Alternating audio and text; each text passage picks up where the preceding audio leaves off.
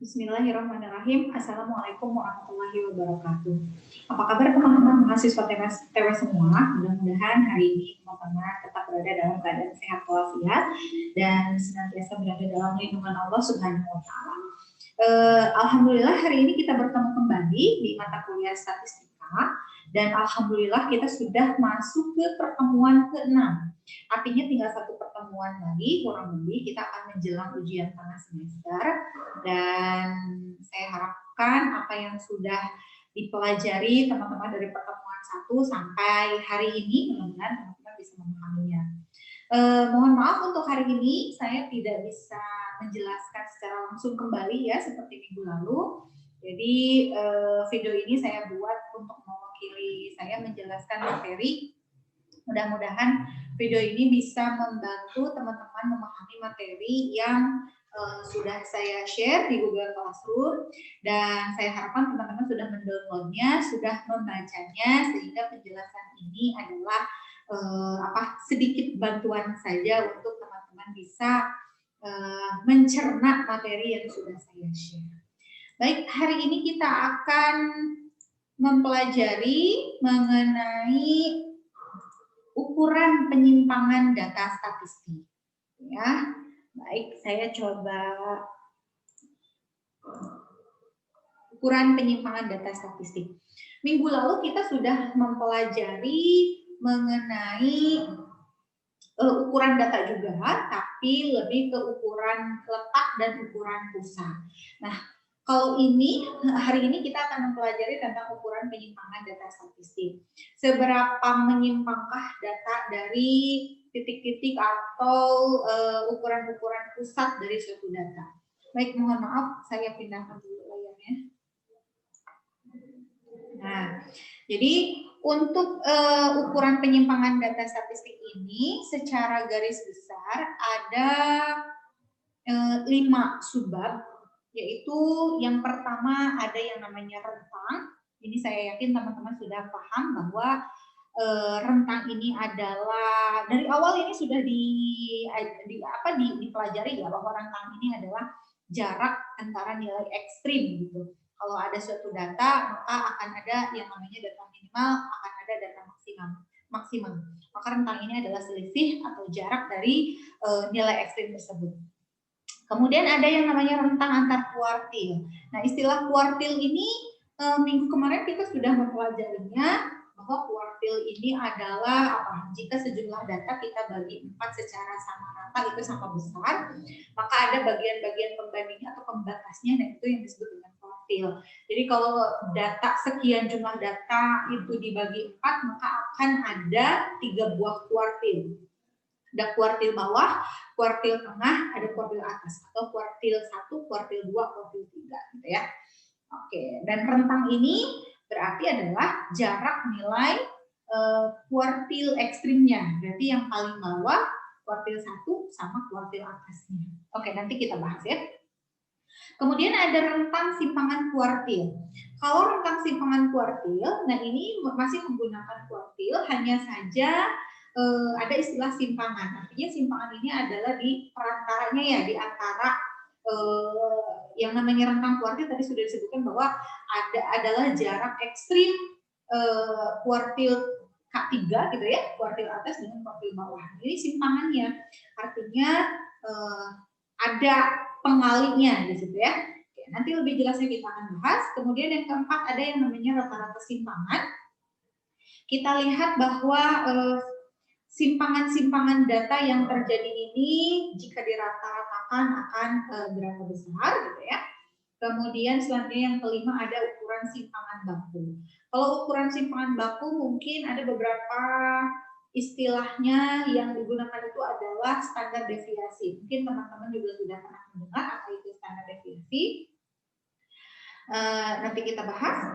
Lalu yang harus teman-teman ingat, ketahui bahwa untuk poin 1, 2, 3, 4 itu tidak dilihat apakah datanya itu data terkelompok atau tidak.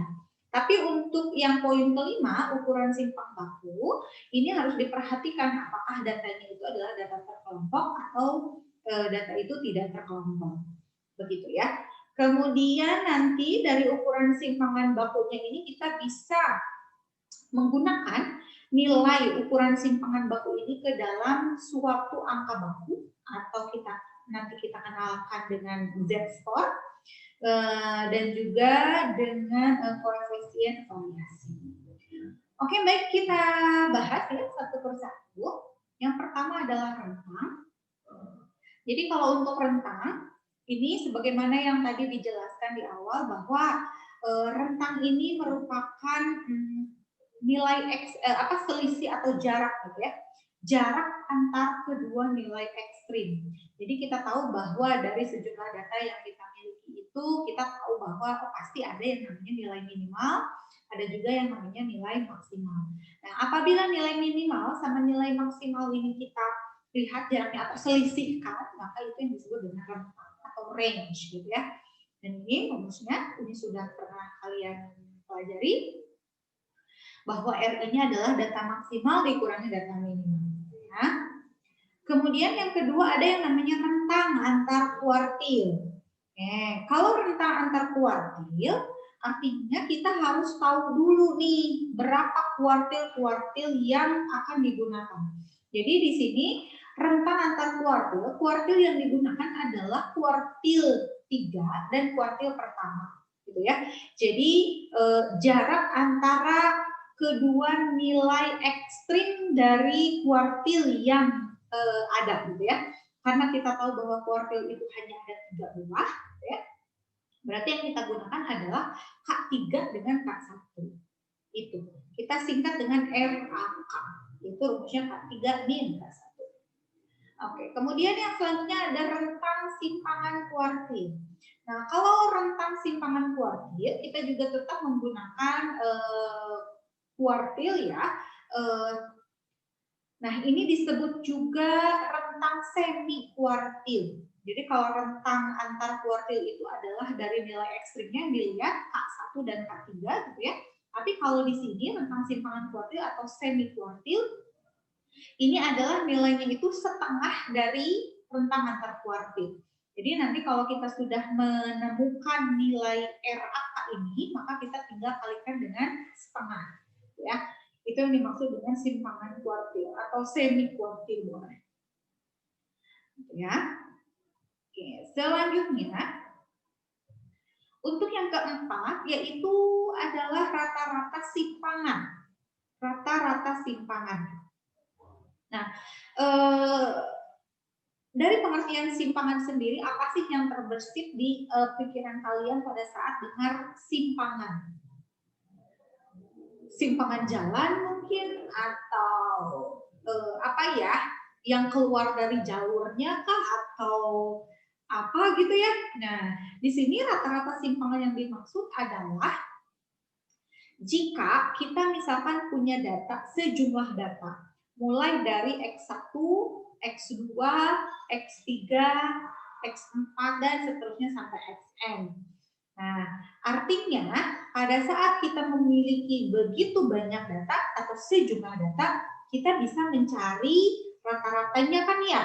Rata-ratanya itu dengan cara apa? Kita jumlahkan semua nilai data dibagi dengan berapa banyaknya data yang udah kan. Nah, jadi pada saat kita punya data banyak gitu ya, kemudian kita bisa cari nilai rata-ratanya, lalu nanti kita bisa mencari rentang antar tiap data tersebut dengan nilai rata-ratanya. Jadi maksudnya begini, jika kita punya data X1, X2, X3, X4, X5, Xn sampai Xn gitu ya, kemudian kita sudah cari nilai rata-ratanya, maka pasti di situ ada perbedaannya antara nilai data dengan rata-rata. Maksudnya begini, pada saat kita mencari selisih X1 dikurangi X bar atau X2 diselisihkan dengan X bar, X3 dengan X bar gitu diselisihkan, maka nanti akan ada sejumlah data baru hasil selisih keduanya gitu ya. Jadi itu yang dimaksud dengan rentang antara tiap data dengan nilai rata-ratanya gitu ya. Mungkin nilainya ada yang negatif, mungkin nilainya ada yang positif, mungkin juga nilainya ada yang nol.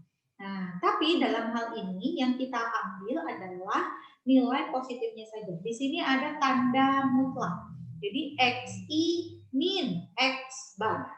Ya, walaupun nanti nilainya ada yang negatif, tapi itu diberi tanda mutlak. Artinya kita bisa anggap bahwa itu nilainya juga tetap positif. Ya. Nah, selanjutnya karena si datanya banyak, kemudian artinya rentang tiap data dengan nilai rata-rata ini juga datanya ada banyak, maka nanti kita totalkan. Ada berapa sih gitu ya, berapa penjumlahan dari rentang antar tiap data tersebut dengan nilai rata-ratanya. Oke, setelah dijumlahkan, maka kita kaitkan dengan berapa banyaknya data yang nanti akhirnya kita temukan nilai rata-rata simpangan. Rata-rata simpangan bagaimana mencarinya? Yaitu dengan, maaf, ini harus digunakan, yaitu dengan membagi antara jumlah tadi ya, nilai mutlak dari rentang antar tiap data dengan nilai rata-ratanya dibagi dengan banyaknya data. Itu yang dimaksud dengan rata-rata simpangan.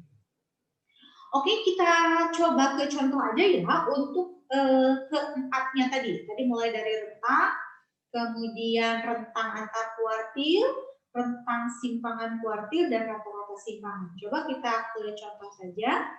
Nah, ini misalkan di sini ada contoh, diberikan data 12, 8, 9, 10, 14, 15, 8, 10, dan 12. Oke, ini tentukan nilai keempatnya yang tadi ya, mulai dari rentang, rentang antar kuartil, rentang simpangan kuartil, dan rata-rata simpangan. Oke, coba kita mulai lihat jawabannya satu-satu. Oke, yang pertama adalah rentang.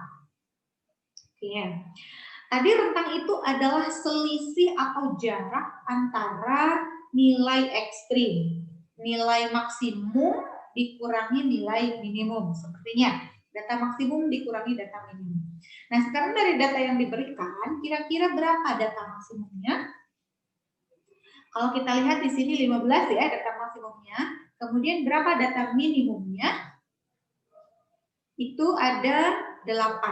Oke, sehingga kalau gitu 15 kurangi 8 adalah 7. Oke, di sini kita sudah menemukan bahwa rentang nilainya itu adalah 7. Selanjutnya yang kedua adalah rentang antar kuartil. Rentang antar kuartil. Oke, kalau untuk mencari rentang antar kuartil, artinya kita harus tahu dulu berapa nilai kuartil-kuartil yang dibutuhkan. Dalam hal ini, kuartil yang kita gunakan adalah kuartil 3 dan kuartil 1. Oke, masih ingatkah untuk mencari kuartil seperti apa? Oke, karena ini datanya masih relatif sedikit ya, jadi kita, dan ini tidak terkelompok, berarti kita gunakan kuartil dengan cara mencari letaknya dulu. Oke. Dan jangan lupa ini tuh harus disorti dulu ya, harus dibuat arraynya dulu, yaitu urutan nilai berdasarkan nilai urutan dari yang terkecil sampai dengan yang terbesar. Oke, kemudian ini terhama. Yang pertama adalah untuk mencari nilai kuartil itu K1, untuk mencari nilai K1 itu adalah 1/4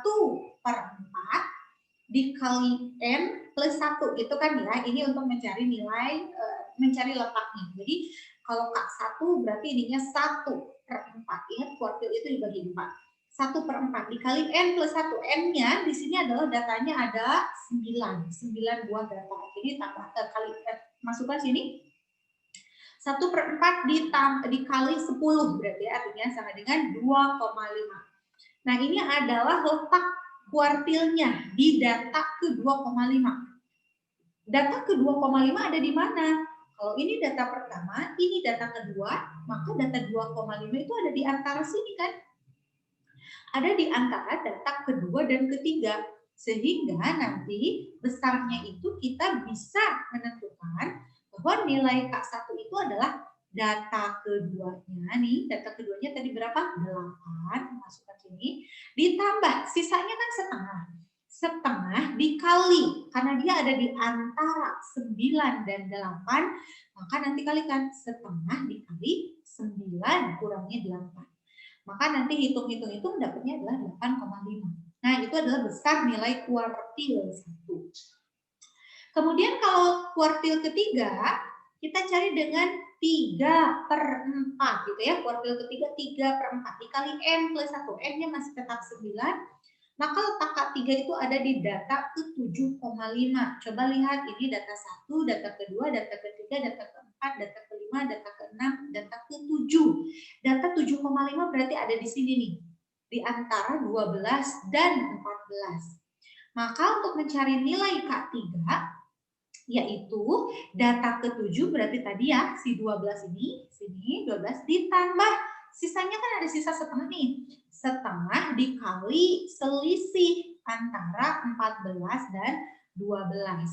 Jadi 12 ditambah 0,5 dikali 14 dikurangi 12 itu dapatnya adalah 13. Nah, sekarang kita udah dapat nih K3 dan K1-nya. Maka kalau begitu rentang antar kuartilnya adalah tinggal kurangi. K3 kurangi K1, 13 kurangi 85 adalah 4,5. Gitu ya. 4,5 ini adalah rentang antar kuartil. Oke, selanjutnya yang ketiga adalah rentang simpangan kuartil. Tadi berdasarkan rumus yang disampaikan bahwa rentang simpangan kuartil atau rentang semi kuartil itu adalah setengahnya dari rentang antar kuartil. Berarti kalau begitu SK itu adalah setengah RAK. Tadi RAK-nya kita udah dapat 4,5, maka tinggal dikalikan setengah saja. SK sama dengan 1/2 dikali 4,5 adalah 2,25. Itu SK. Oke ya. Mudah-mudahan bisa dipahami. Kemudian yang terakhir adalah ditanyanya apa? Rata-rata simpangan. Rata-rata simpangan. Oh, mohon maaf saya tidak menuliskan rumus kembali. Rata-rata simpangan yang kita butuh, ini rumusnya. Yang kita butuhkan di sini adalah selisih antara nilai data tersebut dengan nilai rata-ratanya. Nah, di sini saya buatkan tabel. Ini hanya untuk memudahkan saja ya. Tidak dibuat tabel pun tidak apa-apa gitu ya. Hanya ini untuk memudahkan saja. Jadi apabila si data-data yang diberikan ini kita masukkan ke dalam tabel, ini disusun berdasarkan urutannya ya, diarahkan. Nah, yang kita butuhkan adalah yang pertama ini adalah rata-ratanya dulu kan. Kita harus cari rata-ratanya. Jadi si data-data ini kita jumlahkan, dapatlah 98. Untuk mencari nilai rata-rata itu kan adalah jumlah total datanya dibagi dengan banyaknya data. Jadi si 98 ini dibagi dengan berapa buah nih? Ini ada 9. Jadi kalau dibagi 98 dibagi 9, itu hasilnya adalah 10,88. Nah, ini saya taruh di X bar di sini, rata-ratanya X bar 10,88. Kemudian karena di sini yang kita butuhkan adalah XI min X bar. XI-nya berarti untuk sejumlah data yang ada. Karena di sini ada 9 buah, maka kita kurangkan masing-masing. 8 dikurangi 10,88 itu 2,88. Ini minus ya sebenarnya ya. 8 dikurangi 10 kan pasti hasilnya minus. Hanya di sini ada tanda mutlak. Jadi kalau ada tanda mutlak, nilai negatifnya kita hilangkan. Ya, jadi 8 kurangi 10,88 adalah 2,88. Kemudian ini 9 dikurangi 10,88 adalah 1,88. 10 kurangi 10,88 adalah 0,88. 12 kurangi 10,88 adalah 1,12. Dan 14 kurangi 10,88 3,12. Dan 15 dikurangi 10,88 itu adalah 4,12. Itu ya. Ini jadi karena ada tanda mutlak jadi semuanya nilainya positif. Nah, jangan lupa di sini di rumusnya ada sigma nih. Kalau sigma artinya kan harus dijumlahkan semua datanya. Jadi ini data simpangan atau data selisih antar XI dengan X barnya kita jumlahkan taruh di sini ya. Maka sehingga kalau begitu kita tinggal masukkan ke dalam persamaan ini. RS sama dengan sigma dari X ini X bar dibagi N. Tadi N-nya ada 9, sehingga kalau kita masukkan 18,72 dibagi dengan 9 itu adalah 2,08. Itu yang dimaksud dengan rata-rata simpangan. Jadi maksudnya di sini adalah berapapun nilai data yang diberikan, gitu ya, berapapun nilai data yang diberikan, pada saat kita fokusnya ke nilai rata-rata, maka masing-masing data ini memiliki simpangan-simpangan atau jarak-jarak tertentu, gitu ya. Nah, jaraknya kan beda-beda. Nah, jarak yang berbeda-beda ini kita bikin rata-ratanya, yaitu yang dimaksud dengan rata-rata simpangan. Jadi, rata-rata secara keseluruhan simpangan data terhadap nilai rata-rata itu adalah sekitar 2,08. Begitu. Ya, itu mudah-mudahan bisa dipahami. Oke, selanjutnya adalah yang kelima, ya. Tadi contohnya untuk empat subbab, gitu ya, 4 kasus. Sekarang yang kelima adalah ukuran simpangan baku. Nah, kalau ukuran simpangan baku ini biasanya disebut juga sebagai standar deviasi, gitu ya. Standar deviasi. Oke, ini sepertinya kita. Nah, ini kita lihat sebagai standar deviasi. Ini biasanya digunakan untuk mengukur penyebaran dari data, gitu ya. Penyebaran, datanya tersebar di mana saja, datanya tersebar seberapa banyak, seberapa jauh, gitu ya.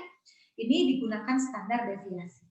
Oke, kemudian nilai simpangan baku ini atau standar deviasi ini menunjukkan seberapa dekat nilai suatu data dengan nilai rata-ratanya. Kalau tadi rata-rata simpangan ini adalah kita tinjau masing-masing simpangannya atau jarak nilai terhadap nilai rata-ratanya, gitu ya. Tapi kalau ini kita lihat si standar deviasi ini untuk menunjukkan seberapa dekat sih nilai tersebut dengan nilai rata-ratanya. Artinya kan memang kalau ada kalimat seberapa dekat artinya masih ada jarak ya, masih ada selisih gitu kan. Nah, ini dinyatakan dengan standar deviasi. Jadi untuk melihat seberapa tersebarnya sih data itu gitu kan. Gitu. Kemudian nilai simpangan baku ini diperoleh dari akar kuadrat nilai ragam atau disebutnya varians. Jadi nilai standar deviasi ini kita bisa peroleh dari akar kuadrat nilai varians. Nah, varians di sini simbolnya ada 2, teman-teman. Jadi ada yang simbolnya seperti ini. Nah, ada simbolnya seperti ini disebutnya sigma kuadrat ya. Itu untuk menyatakan varian dari populasi. Ada juga yang S kuadrat, itu menyatakan varian dari data sampel, dari sampel. Yang satu untuk populasi, yang satu lagi untuk sampel.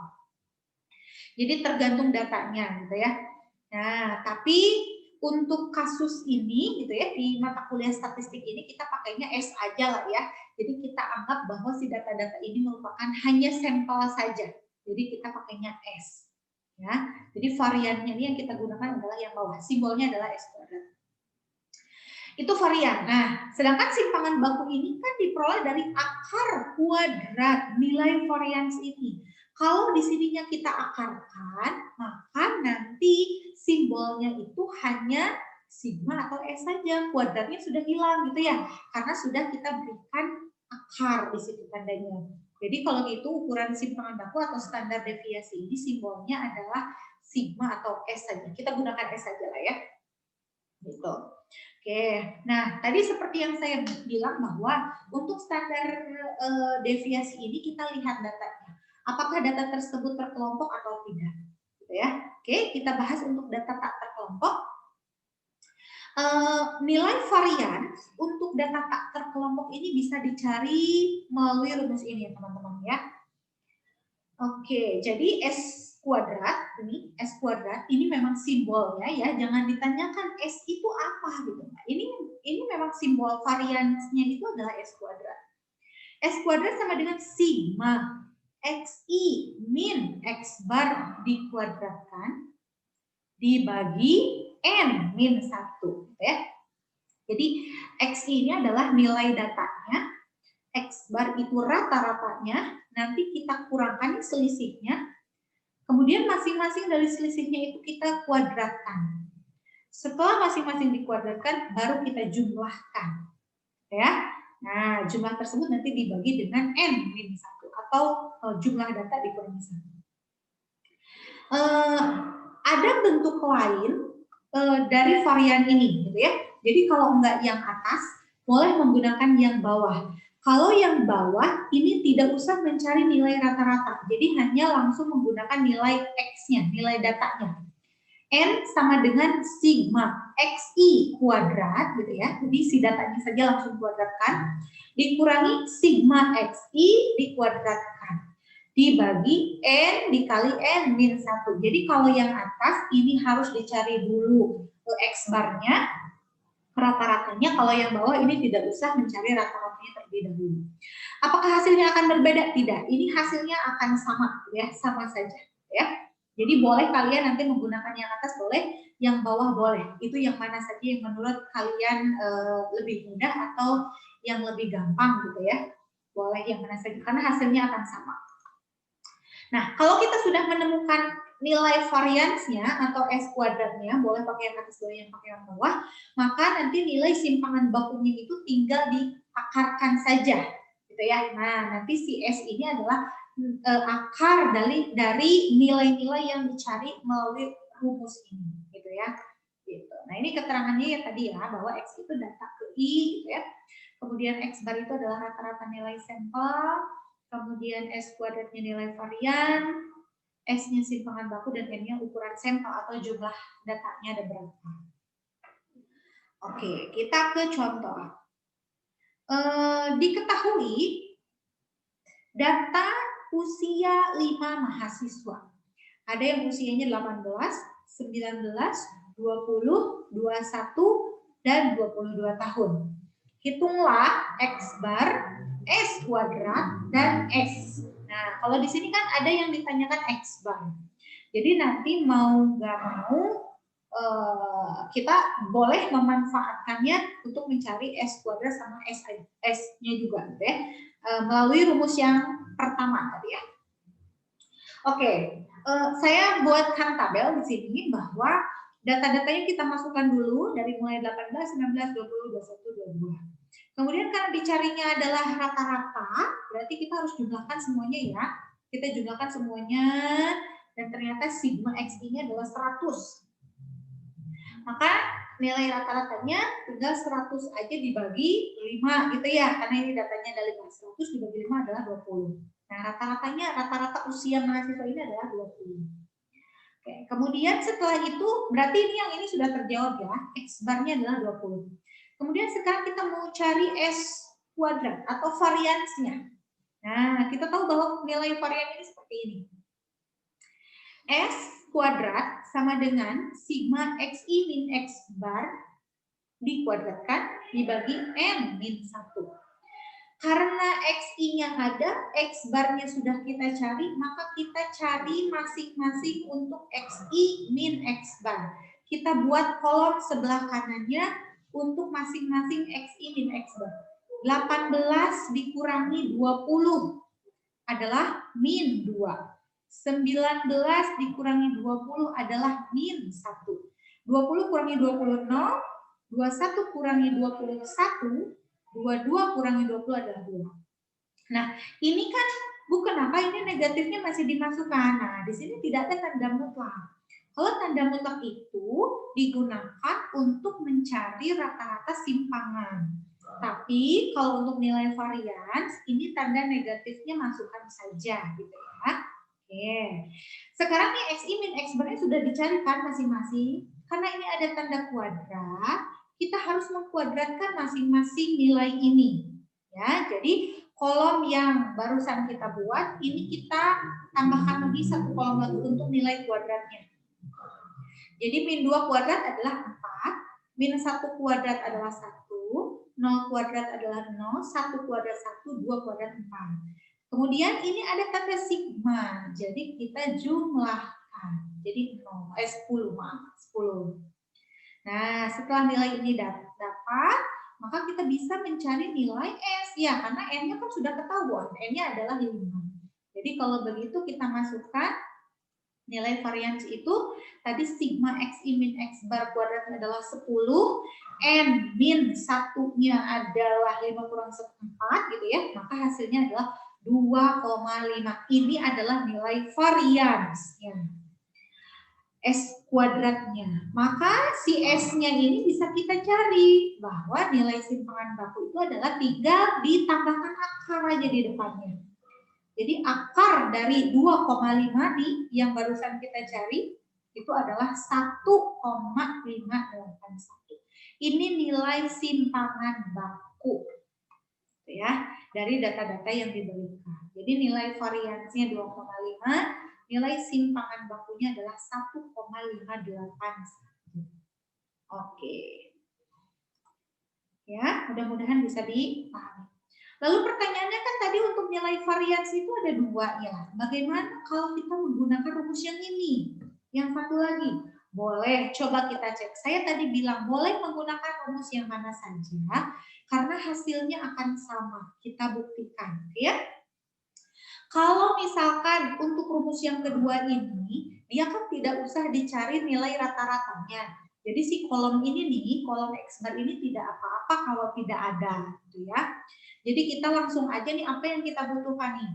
Ada XI kuadrat, berarti kalau gitu kita yang kita tambahkan adalah XI kuadrat. XI kuadrat dapat dari mana? Ini kan XI, tinggal dikuadratkan.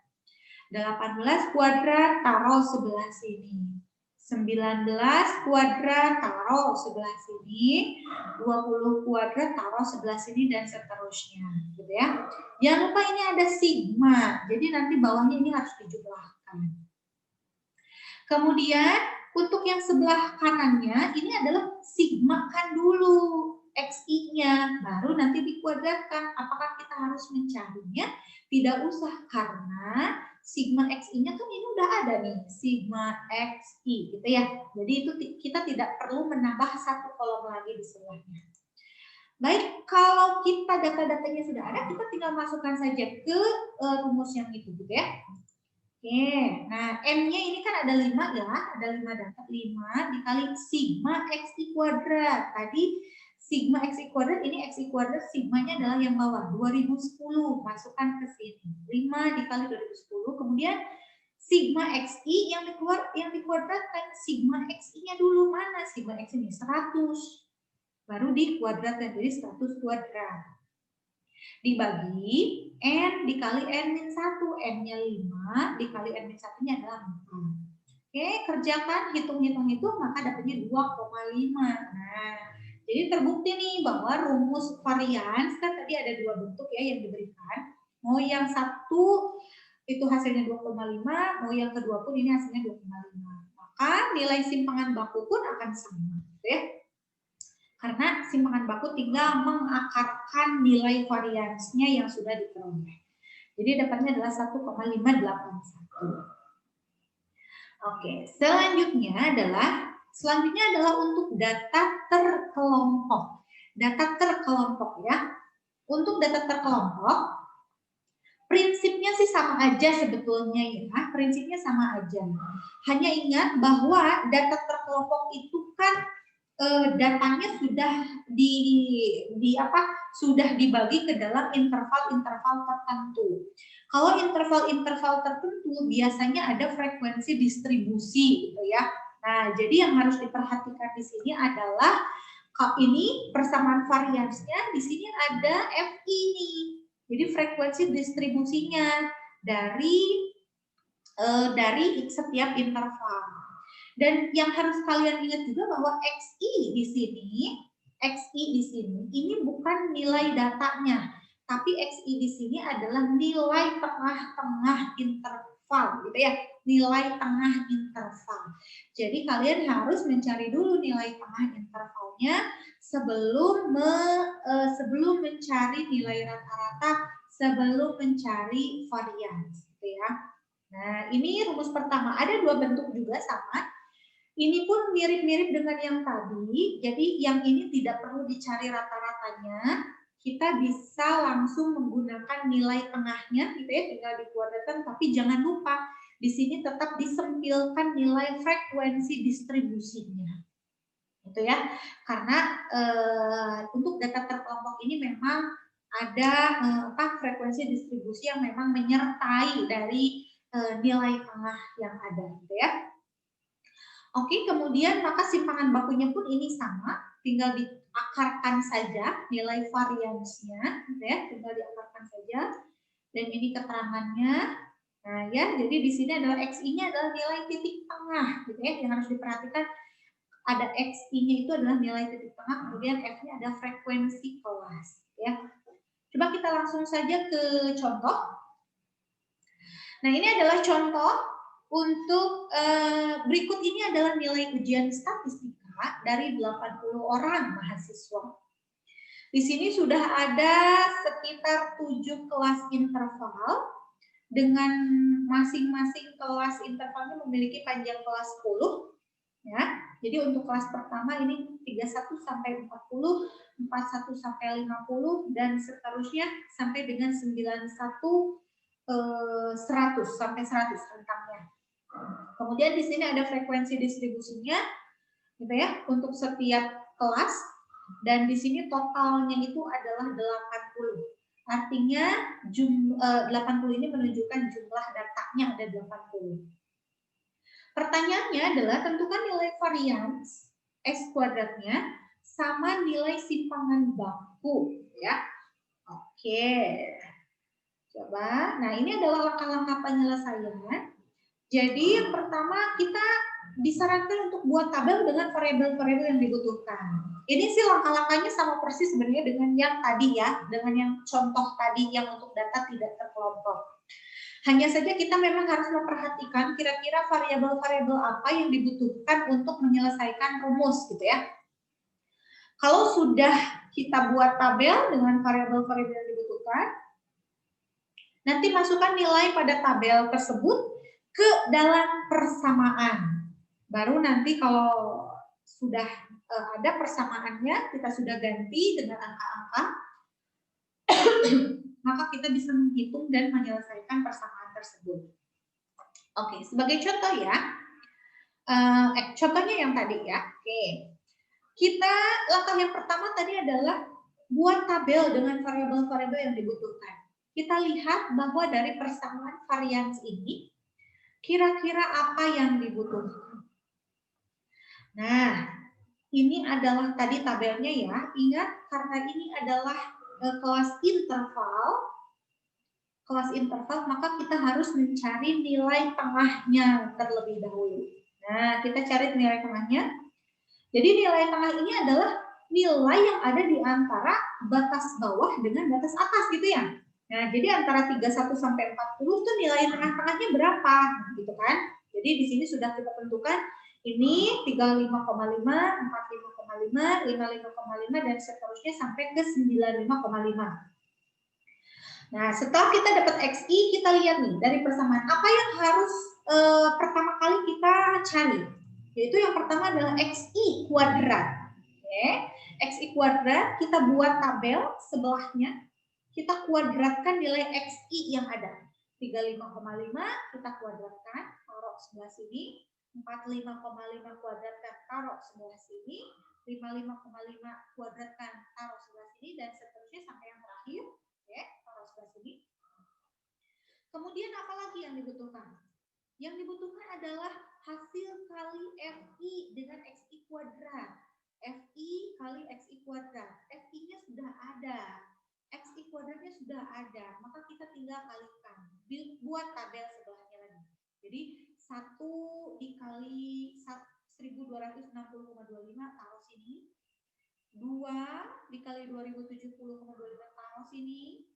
5 dikali 3080,25 taruh sini sebelahnya dan seterusnya, gitu ya. Dan seterusnya. Kemudian apa? Di sini ada sigma, teman-teman. Ada sigma. Kalau ada sigma, berarti harus dijumlahkan. Nah, sebelum ke yang itu ya.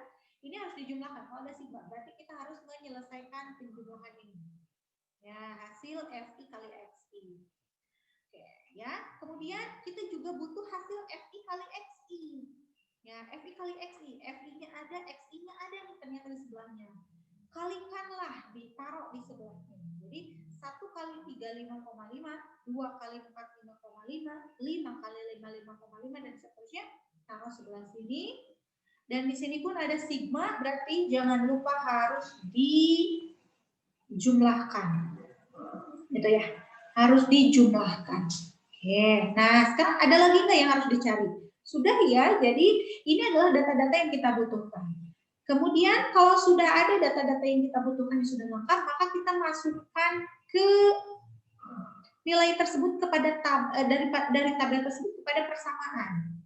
Nah, persamaannya kan ini ya.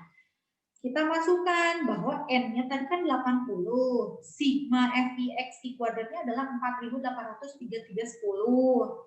Ya, dikurangi sigma FIXI-nya kan 6.130. Jangan lupa nanti dikuadratkan, para kuadrat dibagi 80, N-nya dikurangi dikali ini tuh udah kurang 179. Gitu kan? Sehingga nanti dapat nih nilainya 172,1. Itu nilai variansnya. Maka nilai simpangan bakunya kan tinggal akarkan saja gitu ya. Nah, sampai akhirnya langkah ketiga ya udah hitung dan selesai. Dari tadi juga udah hitung ya. Jadi ya sudah kita tinggal masukkan nih bahwa akar 172,1. Nah, ini yang tadi tinggal diakarkan adalah 13,11. Nah, itu adalah rata-rata simpangan baku atau standar deviasi dari ke-80 data nilai statistika mahasiswa yang tadi ya. Jadi simpangan bakunya adalah 13,11. Gitu. Mudah-mudahan teman-teman paham ya. Oke, kemudian tadi yang terakhir adalah bahwa si angka baku ini standar deviasi ini atau simpangan baku ini kita bisa gunakan untuk menyusun angka baku atau disebutnya Z-score. Nah, apa sih Z-score ini? Z-score ini merupakan perbedaan antara raw score atau skor aslinya dan rata-rata gitu ya. Perbedaan antara skor asli dan rata-rata dengan menggunakan unit-unit simpangan baku untuk mengukur perbedaan. Jadi Z-score ini biasanya kalau di buku statistika, kita buku-buku teks statistika, buku-buku pelajaran atau buku-buku statistika itu sebenarnya biasanya sudah menyediakan namanya tabel Z-score. Nah, tabel Z-score. Jadi di dalamnya itu banyak sekali angka-angka. Dari mana angka-angka itu diperoleh? Ya dari sini. Jadi Z-score ini adalah bisa dicari dari misalkan kita punya sampel acak untuk variabel X ya, dengan yang berukuran N atau sejumlah N, yaitu X1, X2, X3, X4, dan seterusnya sampai N. Maka tadi bahwa kalau ada sejumlah data dari X1 sampai Xn, kita bisa mencari nilai rata-ratanya kan ya, nilai rata-ratanya dengan cara menjumlahkan kemudian dibagi dengan banyaknya data. Kemudian simpangan bakunya pun bisa dicari kan ya, dengan cara yang barusan kita pelajari sebelumnya ini. Nah, jadi datanya ada, kemudian rata-rata sampelnya itu bisa dicari, simpangan baku sampelnya pun bisa dicari, maka dari data-data tersebut kita bisa mencari angka baku, yaitu dengan persamaan. Nah, ZI ini adalah Z-score-nya ya, yaitu XI, nilai datanya dikurangi nilai rata-ratanya dibagi S, dibagi simpangannya. Nah, ada kemungkinan Z-score ini atau ZI ini nilainya ada, Z-nya itu sama dengan 0, Z-nya bisa bernilai positif atau Z-nya itu bernilai negatif. Jadi kalau Z-nya 0, ini artinya si data tersebut nilainya sama dengan nilai rata-rata populasi. Kemudian kalau nilai Z-nya positif, ini artinya datanya bernilai di atas rata-rata populasi. Sedangkan kalau Z-nya negatif, itu datanya berada di bawah nilai rata-rata populasi. Ya. Oke. Nah, ini yang saya tadi sebutkan bahwa ini adalah tabel Z-score yang biasanya di buku-buku statistika ini sudah ada di dalamnya. Jadi biasanya di bagian lampiran itu biasanya sudah terdapat beberapa tabel, ada tabel T, ada tabel Z, ada tabel apalah gitu ya. Boleh kalau teman-teman punya buku statistika itu boleh. Biasanya di lampirannya itu sudah tersedia tabel-tabel serupa seperti ini gitu ya. Nah, ini adalah tabel nilai Z-score. Jadi di sini kelihatan banyak sekali angka dan ini sebenarnya ke bawah masih banyak ya. Jadi tidak hanya dari 0,0 sampai 2,8 tapi masih ada lagi. Itu kurang lebih sampai 5,0 kalau nggak salah ya. Nah, gitu. Nah, untuk apa sih tabel ini atau nilai Z-score ini? Nilai Z-score ini biasanya digunakan untuk mengetahui lebih detail di mana posisi suatu skor dalam suatu distribusi. Atau bisa juga digunakan sebagai apa ya, sebagai pembuktian hipotesis, ini juga bisa menggunakan tabel Z-score gitu ya. Nah, kalau untuk melihat lebih detail di mana posisi suatu skor dalam suatu distribusi, maka nanti si posisinya itu dalam suatu distribusi itu bisa ditunjukkan dengan simbol plus atau minus, gitu ya. Kalau menunjukkan plus artinya data tersebut ada di atas rata-rata, gitu ya. Dan kalau minus atau negatif itu berarti nilai tersebut berada di bawah rata-rata, kan? Kemudian Z-score juga memberitahu seberapa jauh atau seberapa dekatnya jarak skor itu dengan rata-ratanya, gitu ya. Berapa penyimpangannya atau berapa sebaran datanya itu bisa diketahui dari nilai Z-score gitu. Kemudian yang terakhir adalah koefisien variasi. Kalau koefisien variasi ini adalah koefisien ragam dari sekumpulan data. Kita tahu kalau datanya banyak, itu sangat memungkinkan sekali untuk data tersebut itu beragam, gitu ya, bervariasi. Kan data itu tidak harus sama ya, tergantung data yang kita punya, data yang ada. Jadi kan data itu tidak boleh dikarang-karang, tidak boleh dimanipulasi. Ya kalau adanya acak-acakan, maksudnya bervariasinya itu banyak, variasinya banyak, ya berarti itu adalah data yang beragam, data yang bervariasi. Variasi atau ragam tersebut itu biasanya dinyatakan dengan koefisien variasi, gitu ya. Nah, koefisien variasi ini menunjukkan bahwa jika koefisien variasinya semakin besar, artinya data-data tersebut semakin beragam.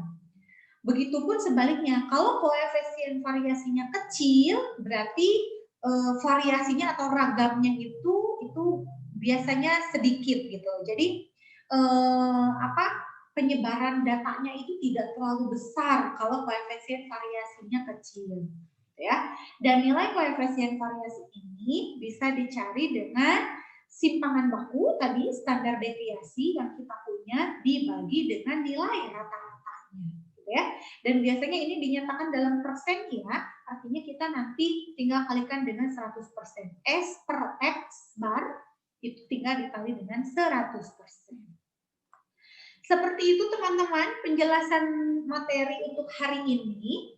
Jika ada pertanyaan silahkan ajukan di WhatsApp group dan mudah-mudahan sih saya stop share dulu ya. Dan mudah-mudahan teman-teman bisa memahami gitu ya. Dan ya video ini dibuat untuk dengan harapan gitu ini bisa membantu teman-teman untuk memahami materi hari ini. Sekarang teman-teman beralih ke Google Classroom kembali ya untuk mengerjakan kuis untuk review materi pertemuan. Silahkan silahkan kembali ke Google Classroom, silahkan akses kuisnya. Mohon maaf untuk hari ini, mudah-mudahan sekali lagi mudah-mudahan bermanfaat dan mudah-mudahan teman-teman bisa memahaminya. Sampai ketemu minggu depan. Insya Allah minggu depan kita bertemu di ya di Zoom. Kita akan bahas beberapa soal latihan yang mungkin ada juga beberapa soal yang sudah selama ini kalian kerjakan sebagai kuis. Jadi anggap saja kita akan membahas kisi-kisi untuk UTS. Oke, sampai ketemu ya. Assalamualaikum warahmatullahi wabarakatuh.